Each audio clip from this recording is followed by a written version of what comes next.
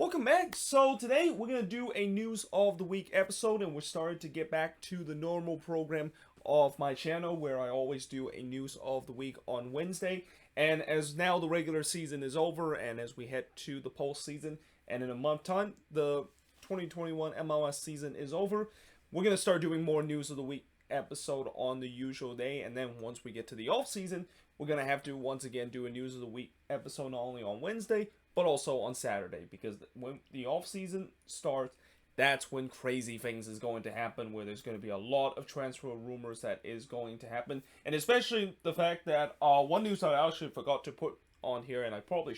should put it, is that it has been announced that next season the league is going to start on February 26th, which is going to be the earliest that the league will ever start. And the reason why they decided to start very early next season is because next year it is a World Cup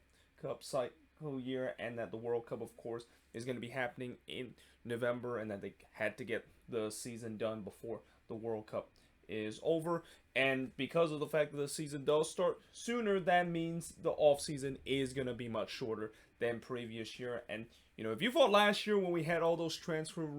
rumors almost every single day and you thought that was crazy, wait till you see this off season. There's going to be non-stop rumors every single day, because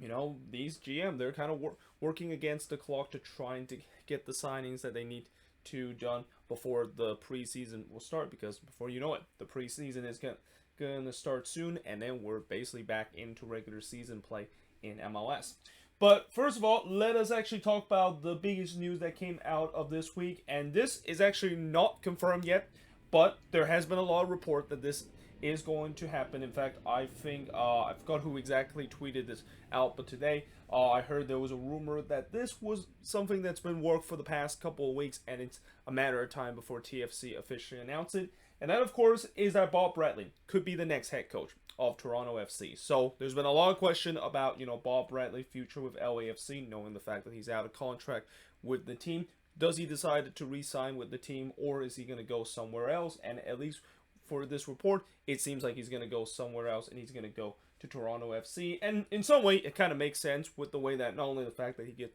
to reunite with his son Michael Bradley at that team, but TFC is a team that definitely has ambition to try to win again. I mean, this season it's been a disappointing season for TFC, and there's no doubt that I'm pretty sure this off season there's going to be some big changes that they're going to make, and they're probably going to also spend a lot of money to try to rectify the failure that they have this season, because you know there's a lot of pressure right now, especially in this front office of, you know, the fans are obviously upset about what happened this year, and that even some have demanded not just the coaches getting fired, but also the GM to be fired for this team too. So, you know, there's a lot of pressure that they, of course, would have to spend money in trying to improve the team, and obviously bring in a head coach in Bob Bradley that knows how to win in MLS. We saw what he did with LAFC, and them reaching at that point was the most point ever in MLS season. I think in the end this should be a good hiring, and I can see that this could work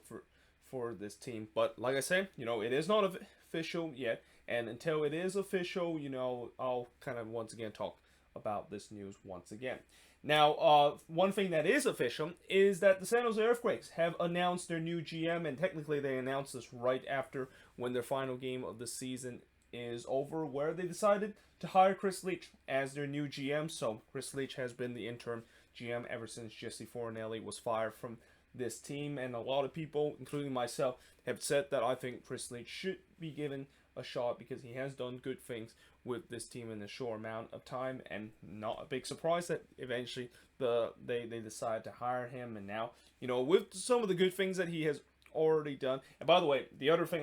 the reason why I really want Chris Leitch to be hired as GM is that I actually met him personally a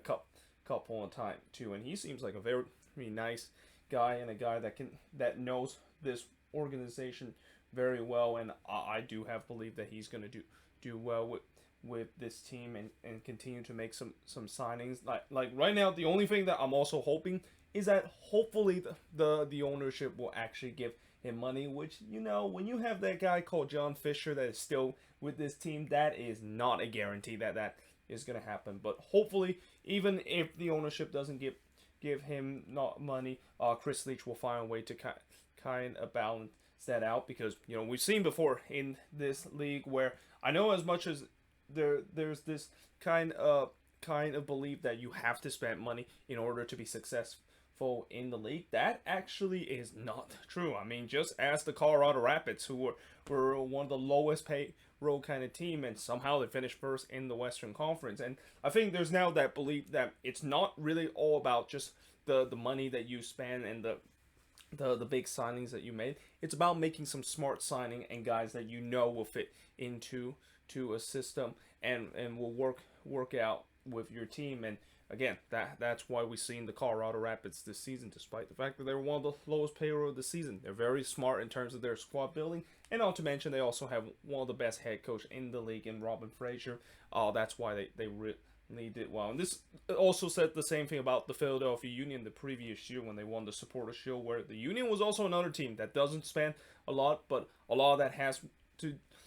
their success has a lot to do with Jim Curtin being one of the best head coach in the league, and also them building a squad that is partially reliant on the incredible talented homegrown talent that they have in their team, and also some of the smart signings that they have done before. So yeah, I'm hoping this is going to be the same way with the Quakes, where Chris Leitch is going to make some smart signing, and that hopefully we still don't know the future about of Matias Almeida and whether or not if he's go this off season or not. But if he does go, it'll be interesting to see if Chris Leitch is going to make a good hiring in terms of the head coach. And again, like I said, you get a good head coach and you're smart in terms of your squad building, you can definitely get yourself being an MLS Cup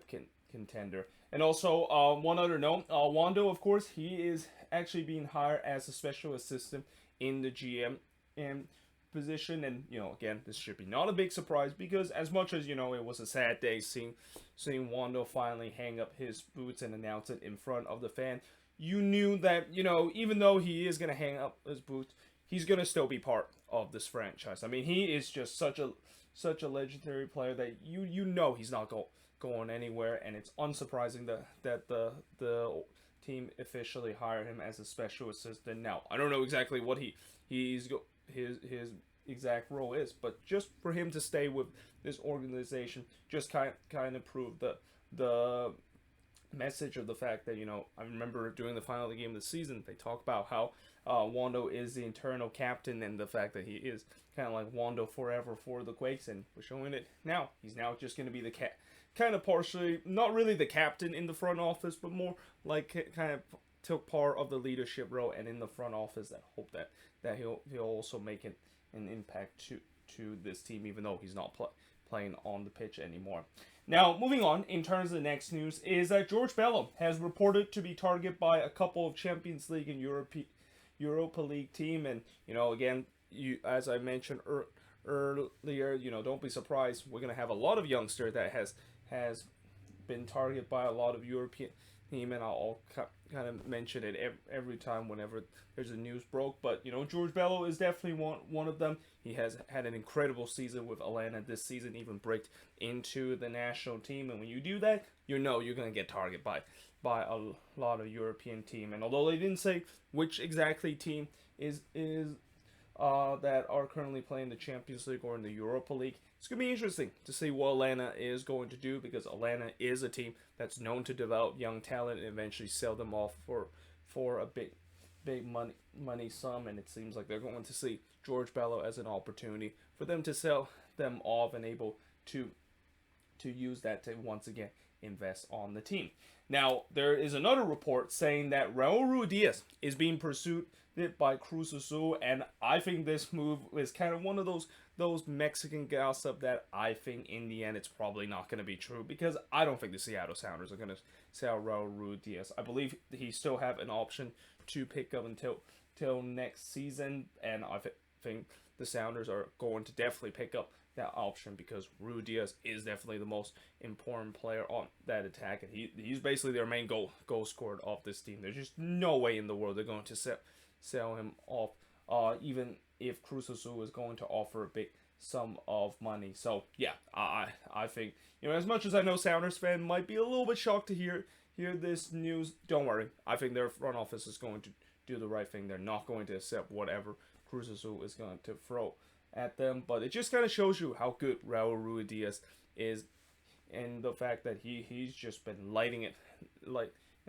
in MLS. Where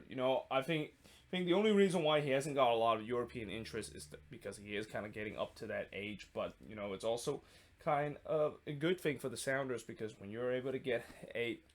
player that he's not in his early 20s and doesn't have any threat of going abroad, but he can still be decent even if he is now into his 30s. I mean, people forget that Reyna Diaz is actually now into his 30s, but the fact that he is still very effective even during his age just to show how talented he is as a player. And like I said, the Sounders, I don't think they're going to be in any interest in terms of trying to sell him off to Cruz Azul, as this report says. Now, one striker that is definitely going to be staying in the league is Gustavo Bou, who New England, they immediately signed him to a contract extension till 2023, and I'm assuming they're probably going to do the same thing with Adam Buxa sooner or later, because again, trying to lock that front three a little bit with Bou, Buxa, and Hio, and knowing the fact that I know they're going to probably lose Tajon Buchanan this offseason, they can keep those three players and keep that front three. This team could once again be a lethal team heading into next season. And like I said, Gustavo Bou well deserved that contract extension, because he, alongside with Buxa and Hio, is just just kind of like the three-headed monster to this New England team that has really got this Revs team to win the Supporter Shield at the end of the season. Now, moving on in terms of the next news, and unfortunately some scary news that we heard, is that NYCFC midfielder Keaton Parks is done for the season after he had to go through surgery to repair a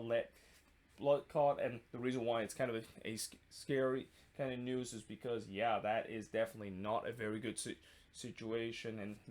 whenever you have to remove something that is blood clot related, I mean, I'm not really a medical profession, but even I know that if you have to remove blood clot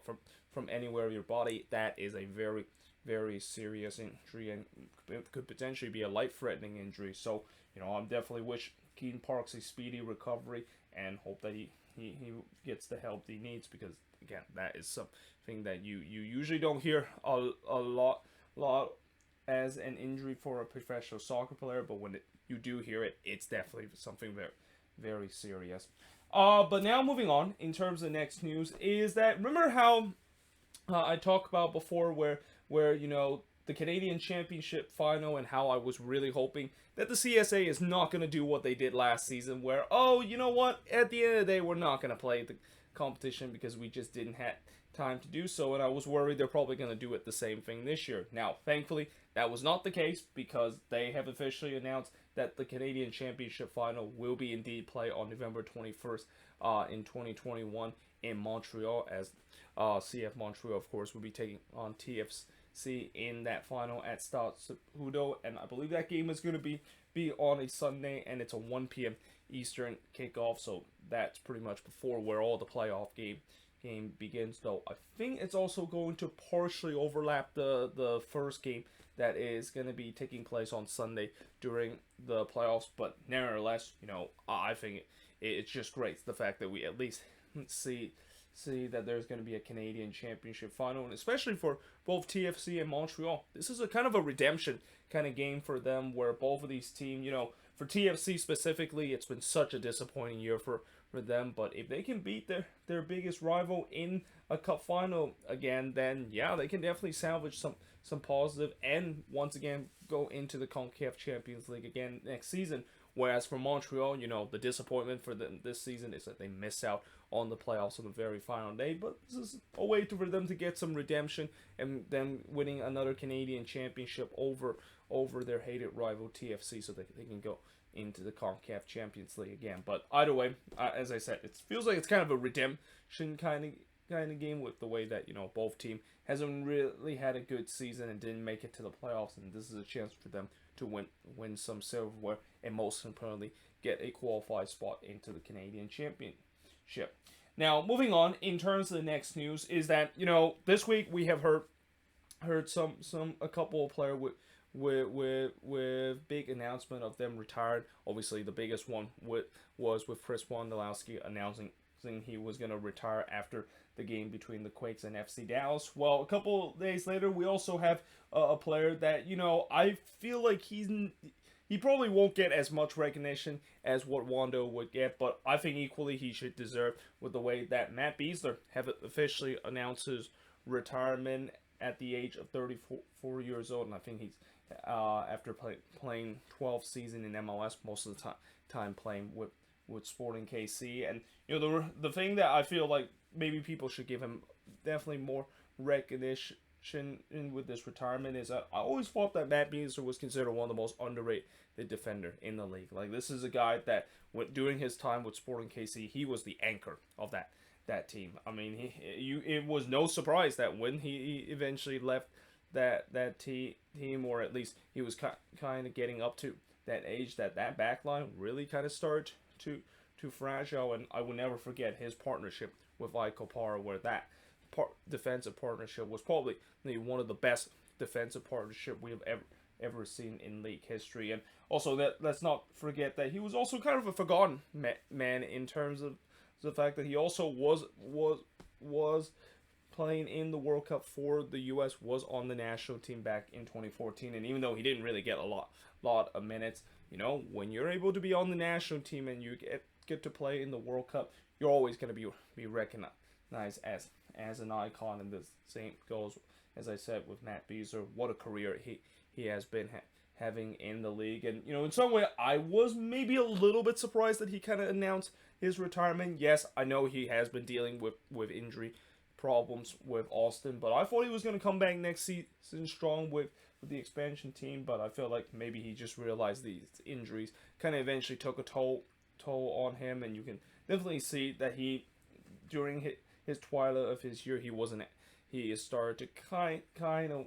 wind it down a little bit, and kind of feels like maybe this is the time for him to call it a day. And yeah, it's definitely great to well, it's to finally see him go. But I'll definitely be doing a career video, which, by the way, these career video, I try my best to do a career video about Chris Wondolowski, but I just really haven't had a lot of time. So most likely I'll probably hold off these career video until after the season, or maybe during the time when I do have time to do so, I'll definitely do a career video about Matt Besler. But now, moving on, in terms of next news, is that, well, we're going to now once again talk about that controversial call in that game between Sporting KC versus RSL. And the reason why I didn't mention it in the review back on Sunday is because, I was at the Quakes versus FC Dallas game. I did watch the Sporting KC game versus RSL game on my iPad while I was at the stadium, but also I was watching the Minnesota versus LA Galaxy match, and then, of course, in front of me was watching the FC Dallas versus San Jose Earthquakes match. So I had basically 3 matches to focus at the same time. And there's no doubt that it is definitely tougher to focus when you're at the game and focus on other games compared to when you're at home. Because when you're at the game, you got the atmosphere going on, and you don't know what, and you definitely want to keep an eye on what just happened. And also, not to mention the fact that I was actually sitting at my seat when I was watching the game. And since during that game, even though that game between the Quakes and FC Dallas was a relatively meaningless game, PayPal Park was pretty packed in that game. There was not a lot of empty seats, and in the row that I was sitting, I was actually very fortunate that some of the seats on my left was actually empty. But it was relatively packed, and I just didn't really have a lot of space to put my iPad at one hand and then put my phone on the other, and then also have my notebook ready to take some notes on some of these games. But in general, when you keep an eye on that many games at the same time, it will be a time where I might have missed some things, and that was one of the things that I missed. But that definitely was a huge talking point after the game, and Pro even admit that they made a mistake during that one, which that's good, the fact that they admitted. But what's the problem with this apologies? Nobody really got fined. And I was hoping that maybe Pro would just, the statement that they said is that yes, they admit that they made a mistake with them not should have called a penalty on RSL, and that should have been a big opportunity for Sporting KC to win the game and really change the playoff picture too, because if SKC won that game, RSL would have been out and the Galaxy would have been in as the last team. And it's good that they of course said that, but what is not good is the fact that they didn't say anything about, they're gonna punish maybe one of their referee, or they're gonna hold one of their referee accountable. And that's been the problem for Pro all this time, and something that I've been wanted to see for a long time, but probably won't, because we know Pro is a very, very neglect kind of organization, and I'm not even gonna go even deeper and talk about the incompetent that this referee organization has been, because I made a video of that a couple of years ago, and I'm not going to do one again because I'll just repeat the same thing I said a couple of years ago. But at the very least, I really hope one day they have a statement where they're at least going to hold some referee accountable. I mean, we have seen times where they have hold them accountable a little bit, but just be transparent about it. Don't just go behind the door and say, well, we're just going to fine him, but we're not going to tell the public. Be transparent about it, because that's all we were asked as us fans to do. So I mean, I understand that everybody of course make mistakes. Nothing is perfect, but the fact that when you make a mistake and you only just kind of have a half-assed apologies and not talk about the real people that screw up this, and the real people that was in charge of that game that kind of screw things up, and don't just kind of maybe be transparent, call them out in general, that just kind of frustrates me, because if those same referees are going to be refereeing games in the playoffs, then that means basically Pro just did kind of a half-ass kind of apologies, and they feel like those referees, yes, they made some mistake, but they can just go back straight away, because they're just going to pretend that they didn't do anything wrong, even though they were the main culprit of that. I mean, it's basically kind of like if you're a player and you get like a red card, and you basically apologize to people, but then at the same time, it's like well, I get to go back into the very next game. Well, actually, that was probably a very bad analogy, but you get what I mean, of the fact that it's so frustrating to see this referee organization that time and time again they just talk about this about how they apologize and stuff like that, when the real thing we want to hear is some transparent, and want to hear some maybe some backlash that some of these referee, or some punishment that these referee gets for making such a bad call in this game that really changes the playoff picture, and really changes who of course made it to the playoffs and who of course got eliminated. But now moving on away from talking about that, because again, I'm just going to go into a rant mode if I keep talking about that. We're going to talk about some expansion, but not in MLS, but actually in other league, because even though this is MLS News of the Week video, I always like to talk about expansion. And one expansion that we know in the USL Championship that's going to happen next season is Detroit FC, or actually not Detroit FC, but Detroit City FC. I got to make sure I say their name correctly, because if you're a Detroit City fans and you're watching this and you saw me said the wrong name, you're basically gonna put some really bad mean comment, or maybe put some dislike because I pronounced it wrong. So again, Detroit City FC has announced that they will be joining the USL Championship, and they're actually going to be paying $12 million of expansion fee in order to join the USL Championship. Now, first of all, I didn't know you have to pay an expansion fee to join the USL Championship, but even then, that is a lot of money to pay in terms of an expansion fee to join the second tier of US soccer. But it also just tells you how, the standard is in terms of soccer in this country, where, a couple of years ago, I remember that was enough to join MLS, but with how the standards of soccer, and it seems like now the league is getting much stronger, and the finance is getting much more stronger than before. Yeah, it's gonna be much more to, of course, join the league. And I know also there has some Detroit City fans that were not happy the fact that they were going to the USL, because of the fact that they have been having some disagreement about the fact that going to the USL, there's something that they did disagree in terms of their philosophy. But at the end of the day, I think this is the right call, knowing the fact that, this team, I just don't think this team is going to survive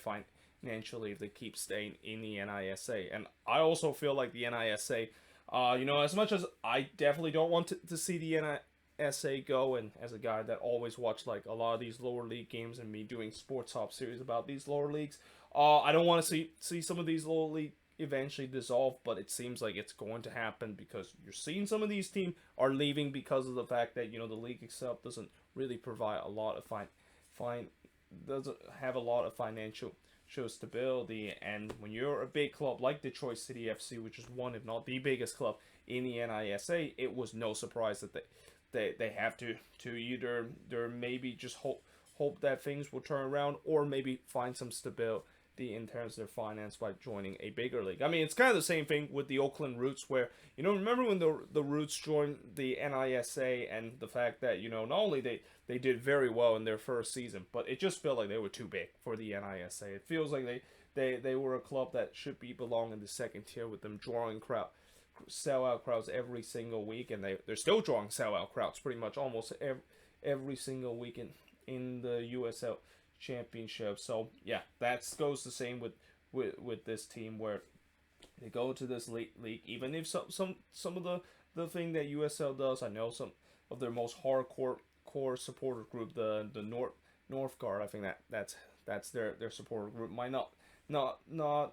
always agree on whatever